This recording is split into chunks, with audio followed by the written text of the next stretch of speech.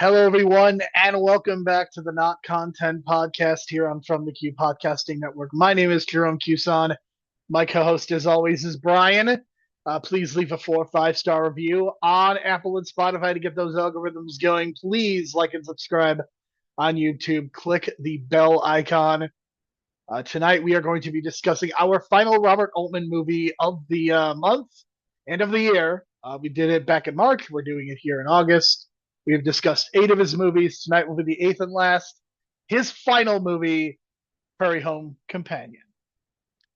All right, Brian. Just a couple of notes here before we begin. Of course, this is Robert Altman's final movie. Famously, Robert or Paul Thomas Anderson was the standby director. Always a good sign for somebody's health when they have a standby director. Um, I was trying to find out any other information if other directors have had it. I couldn't really find anything. I'm so curious, like at this point with Clint Eastwood being in his 90s, like does Clint Eastwood have a backup director? We just don't know who it is.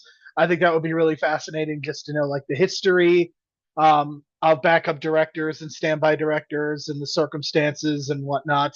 But you definitely feel like you feel the finality of this being his last movie. I mean, so many people from his past are here, and just some of the themes, the vibes. Like this is very much not a plot-driven movie at all. Very much in the vein of MASH and Nashville, especially. You've got Lily Tomlin is back, but you've got Meryl Streep coming in for the end here. You've got the great Kevin Kline. You've got some supernatural elements. We also have Garrison Keller, who unfortunately has been Me Too'd out of existence. Well deserved, given some of the accusations. So I think that makes this movie a much harder watch for people and a much harder sell. Like, it's great that this is Robert Altman's last movie, but given the allegations surrounding Garrison Keller, it's also quite unfortunate. Um, that this movie's legacy is very much tied to that, especially given like the nature of what Prairie Home Companion means to people that are quite frankly older than us, and we're probably a little young to even appreciate this, and especially the timing, Brian. This is a public radio staple, and public radio is very much under attack by the current administration. So all of these elements are definitely making this very interesting. And it's sad. It's kind of a celebration in some ways. A lot of conflicting feelings. Definitely. At the time, I really had no thinking that this was going to be Robert Altman's last movie. I didn't even know about the backup director thing until you mentioned it, which is just makes sense insurance wise, obviously. But I when I first watched this movie, I just really appreciated the music. And coming out of this, probably this is my third viewing of the movie, all these years later, and I just still, the soundtrack is awesome. That country folk sound, like I just feel like this is way better than what Nashville was able to, do in the '70s. And clearly, we should have songwriters actually write songs as opposed to actors. And I think this is my argument. That's my proof right here is this movie. And you can, we can compare Nashville and a Prairie Home Companion in different ways, obviously, because it's very similar themes. But in this case, it's more of a, this is a shorter movie. It's got less characters, even though there is a lot of characters. It's actually less than Nashville. But, it's you can able to follow this somewhat loose storyline that's kind of in the backbone of this. It's basically the final Prairie Home Companion in this fictional world, because the Prairie Home Companion went on to like 2016 or something like that. But in this world, this fictional world, it's the last night, and they're not telling the audience. Half the people in the crew don't even know. Very reminiscent to a PWG show that I went to a couple years ago, which ended up being the last PWG show. Which I think if you're going to go out that way, I think that's the rock star way to do it. Is just don't even tell your audience and just be like, you were one of the select few. You didn't take, you didn't take it for granted. Like, oh, I'm going to skip this show and go to the next one. You made sure to be at that last show, even though you didn't know it was the last show. So I got that vibe to it as well.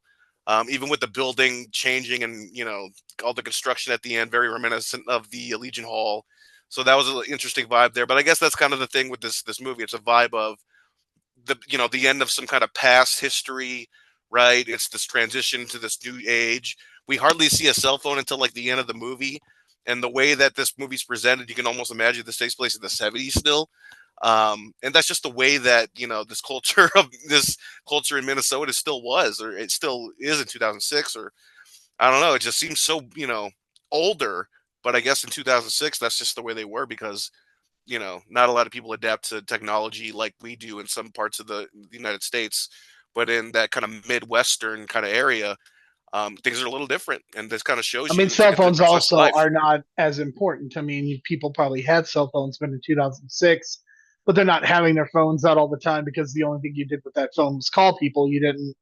I mean, I'm sure text messaging was primitive at best.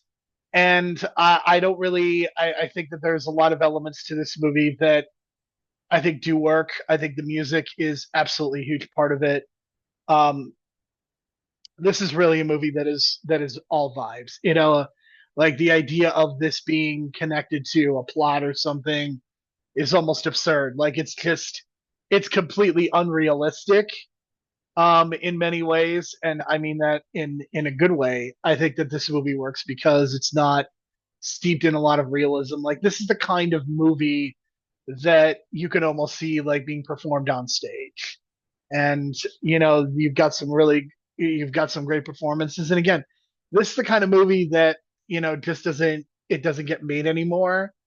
And I don't know that people would really know what to do with it if it did get made, because it is so not plot driven. It is not connected to another franchise. It's not even like I don't even necessarily know that this is like you would consider this an Oscar picture. Like yes, like you have Meryl Streep in it, but I don't know that like when you're making this movie, like, do you really think that this is gonna get nominated? I don't know. I mean, it's possible that but folk music doesn't really like have a history of doing well with in terms of like being regarded in terms of musicals. And I think that the charm of this movie is in the vibes and the Minnesota Midwestern type vibes, and that's what it is. I mean, I think that anybody who sits down to watch this movie, they really have to think about like what is it that they're in for. They're not in for something that I mean, and the other thing is like this movie is also not like funny. I mean, there's definitely moments of humor, but it's never intended to be like super funny. Like, and I think that is also something that I've commented upon pretty recently that I think has kind of hurt some of Altman's movies, but in this case, I do think it adds something to it that like it obviously has a very public radio sensibility because Garrison Keller wrote it.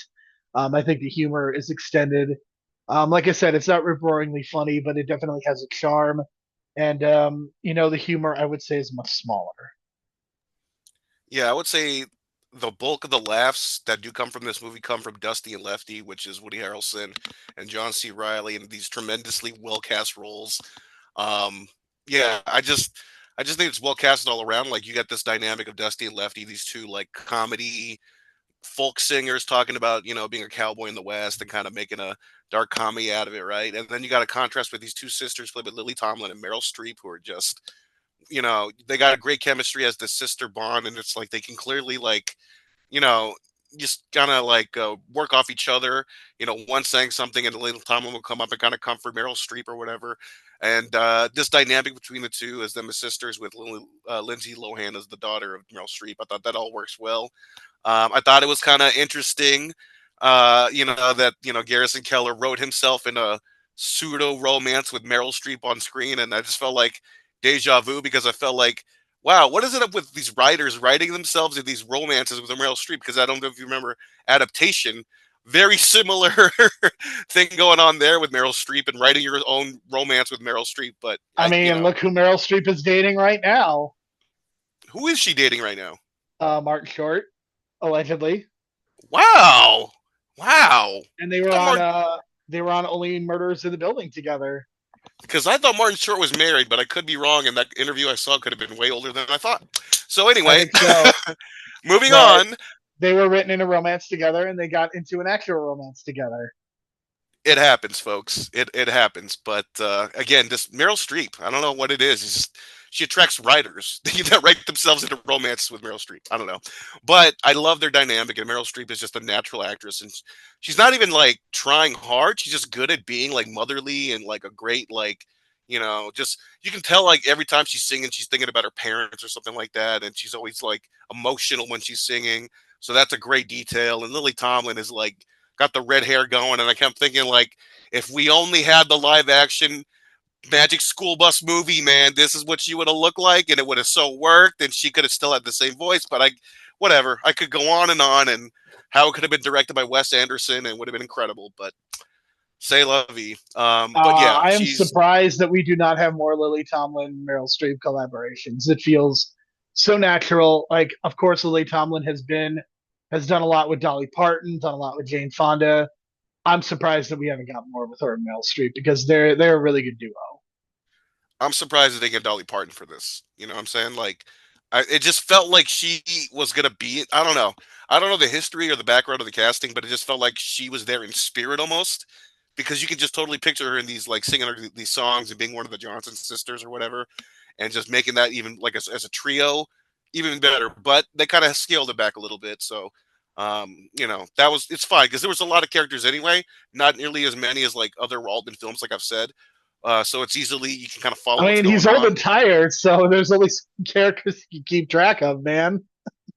I know, and this thing about we talk about his last movie, and he died like months later after the movie came out in 2006. There's this scene in the movie where it's very poignant, and it's clearly just Robert Altman accepting his own mortality and his own death, with this old Yes. man dying in the middle of the concert after he just performed. And I don't know if you noticed, he's the old man from Casino that went head to head with Robert De Niro and would not Yep. back down about his son-in-law, which he's great Yep. in that too for that 10 minutes he's in it or whatever.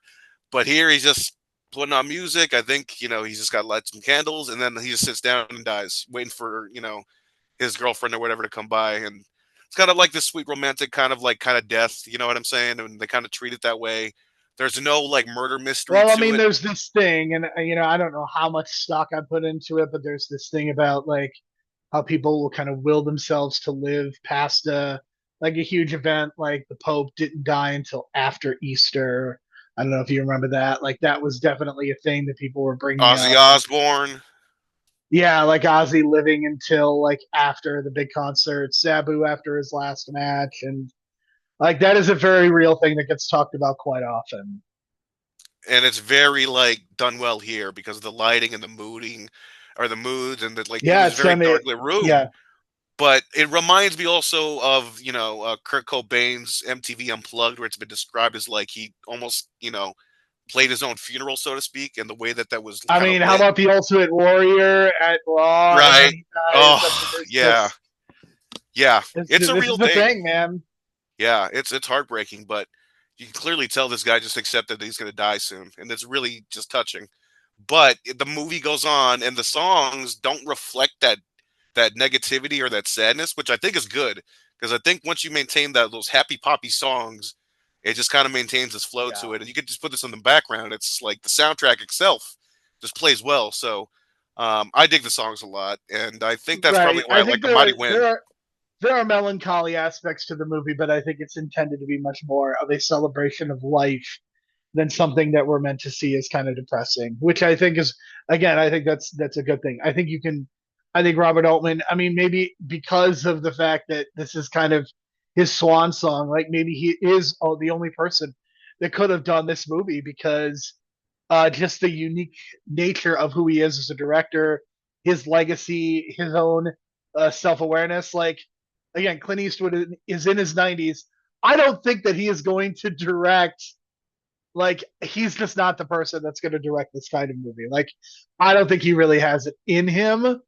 Um, in terms of like the actual dying, like he's okay with being old on screen. In especially in a lot of recent efforts, but I don't know that he's ever made it clear that he's ready to face his own mortality. Maybe I'm wrong, but It's I got to be a never. western if he does it. If he does, it's got to be a western. And I mean, call it the man with no name, his final hurrah. I guess I don't know if he ever comes back to that character, because I mean, we'll talk about that character next month, folks, for sure. But I don't know. He can do a lot of things. He can do a lot of things. I just think him doing like the last quote unquote Western ever, to kind of put a book into that whole genre would be interesting and just not come back to it for a long time. But you never know. But in this case with Robert Altman, I think this is a strong directorial effort.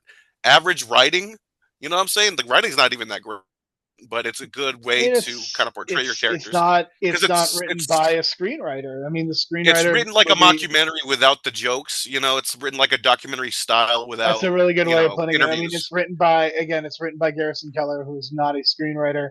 Like he is a writer for public radio, and certainly, regardless of who he is as a human being, like you could definitely like argue for the how good he is as a writer. But writing a television show, or I'm sorry, writing a movie, is completely different than writing something what he's used to.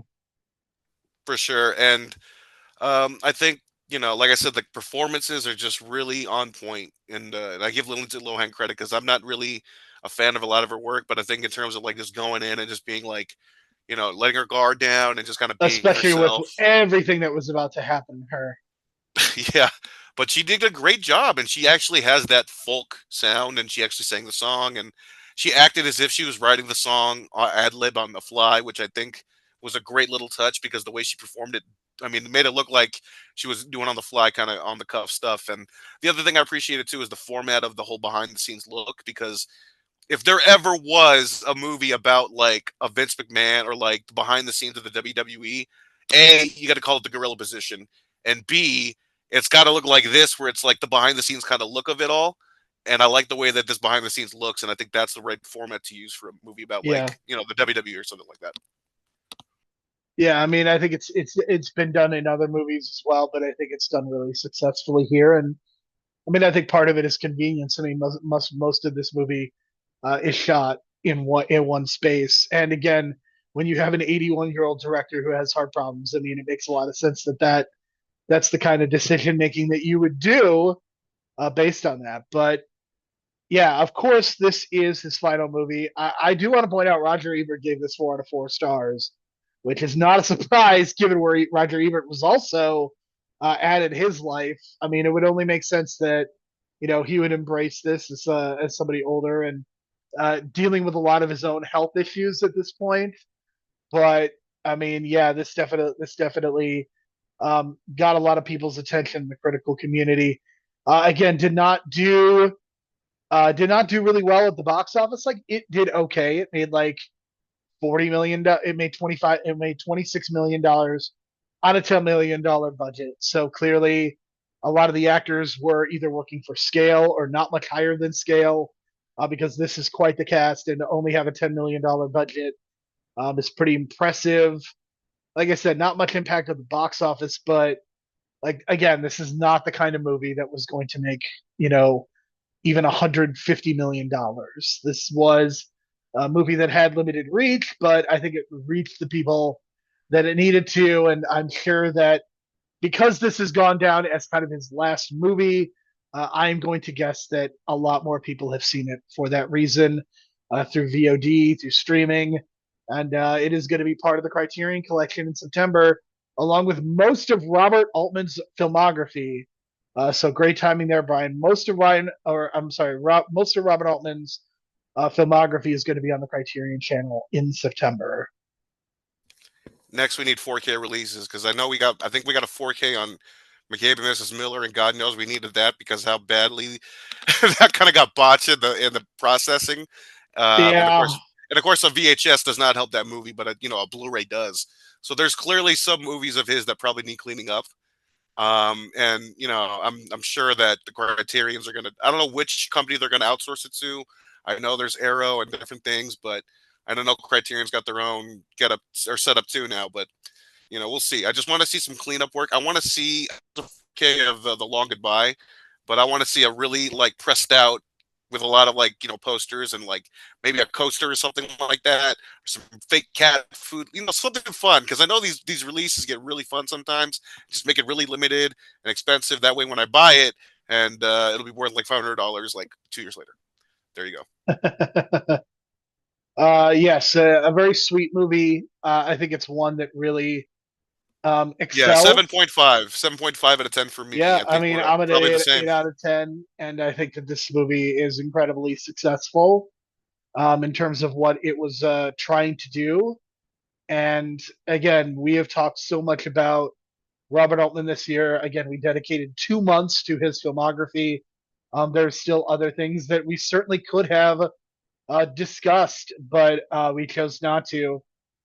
In terms of his movies, Brian, we've discussed Nashville, McCabe and Mrs. Miller, Popeye, The Player, of course, Prairie Home Companion is the latest, but we also discussed Gosford Park as well as MASH and The Long Goodbye. So those are the 8 movies, and I don't know of those 8, which would you say is your favorite? Like, what's at the top of the list?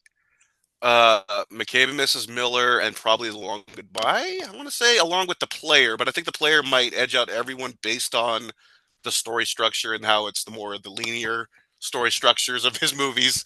Because it did follow some of the rules, that he usually breaks. So, but I think that Tim Robbins was just so dark and dirty in that movie that it's probably the icing on the cake He's for me in terms pretty. of the He's movies pretty I've seen. great. Yeah, and he had I a have to great run in the say, '90s.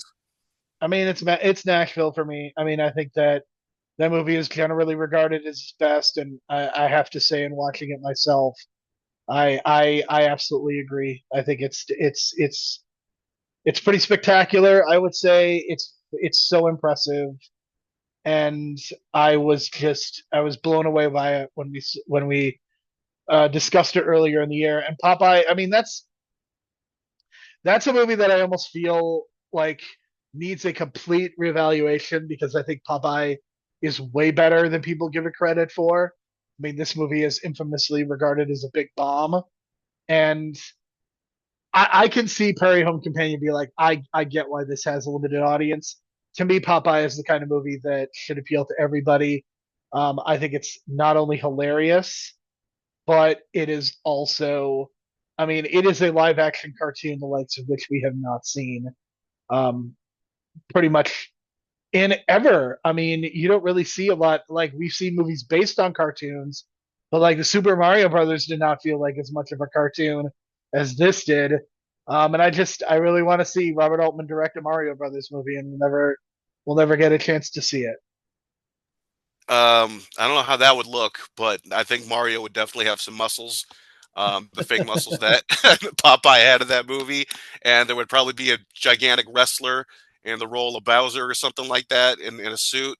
Um, and someone would be rolling down a hill because I think that happened 3 times in that movie. But Robert Altman's a unique cat, man, and if there's jokes that that he's a stoner and that he couldn't really focus at times, and that's why like on McCabe and Mrs. Miller he needed help with the directing.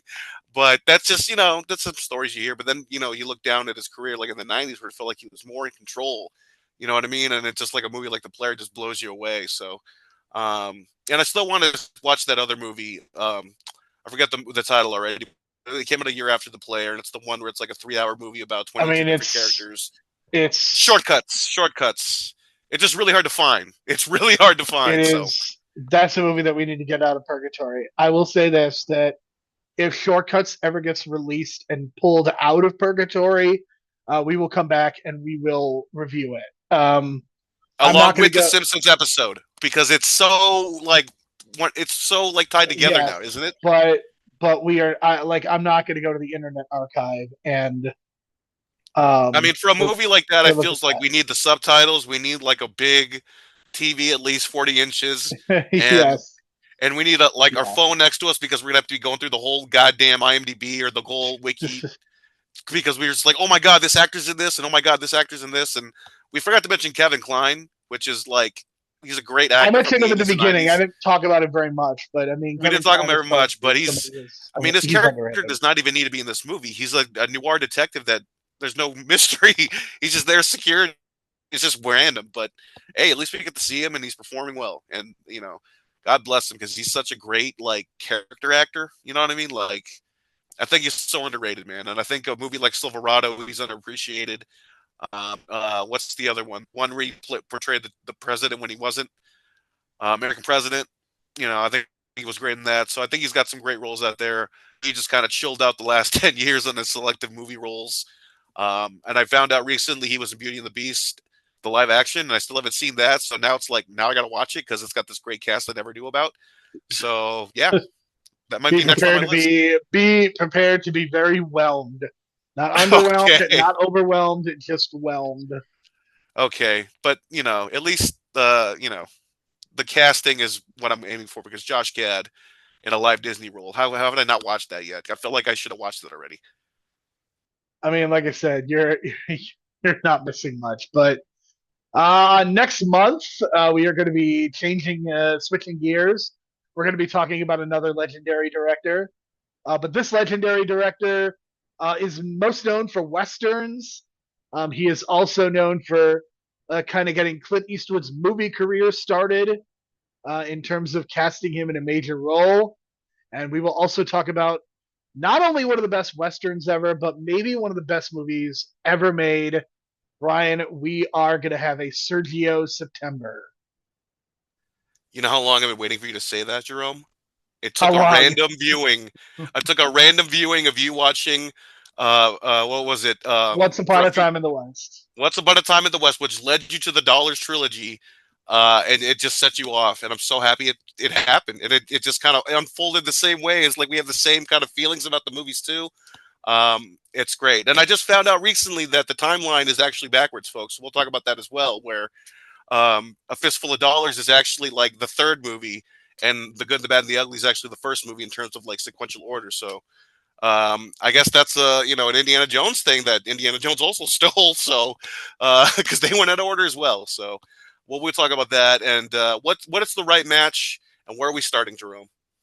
All right, we are going to be starting with for a few dollars, and the match that we are going to be watching, very fittingly, is Adam Page versus John Moxley from All In 2025, the Texas Death Match. And we will explain kind of the reasoning behind that next week. Oh yeah, and it's a little Ennio Morricone connection. And if you haven't figured that one out by now, then you're gonna start putting the dots together because it's such a great connection. It popped me so hard. And then, of course, we'll be doing for a few dollars more the good, the bad, and the ugly, as well as Once Upon a Time in the West, which is it is a masterpiece. Everybody, And it's the main event, in which it sounds crazy to think that the upper mid card of this is the good, and the bad, and the ugly, folks. But that's just kind of the resume that Sergio I Leone mean, the good, the bad, and built the for ugly himself. is really good, but man, it is not as good as Once Upon a Time in the West. Yeah, there's a lot of things going on with that in terms of the casting, again, the lighting, and just how gritty and dirty everyone in that movie is, and like how much of a tan everyone got. So And we also have Halloween plans in the hopper as well, as Brian is planning the holiday, and I know he's really excited for that. yeah, I'm making some changes. I don't know if we'll do a slasher movie or not, but I don't know. A right match fitting what maybe in the works with like a Stone Cold Steve Austin, Vince McMahon, St. Valentine's Day Massacre, along with My Bloody Valentine. You never know. And of course, November we got some thoughts, but we're not going to reveal those thoughts yet. I think we're ready to go hard though. Oh yeah, and who knew that John blank blank went hard back to back? Yes, and then December we're going to be discussing the new Christmas canon. I've got some ideas for the month of December that I'm really excited about, and I know that you're really intrigued by as well. I don't know how many of these movies you've actually seen or will like, but it's going to be an interesting month. Yeah, and I'm trying to throw in some random horror movies that even Jerome didn't know existed in the horror genre slash Christmas genre. But yeah, Rare Exports is on this list that I'm trying to push. We'll see. It's about a killer Santa. I think it's going on the list. It's also not in English, so that's great. Yes, we will be doing a Christmas canon, and then on our YouTube channel, we'll be doing some exclusive, not quite canon as well. So we will have that to look forward to. So for Brian and Jerome, thank you so much for listening. We will talk to you again next week.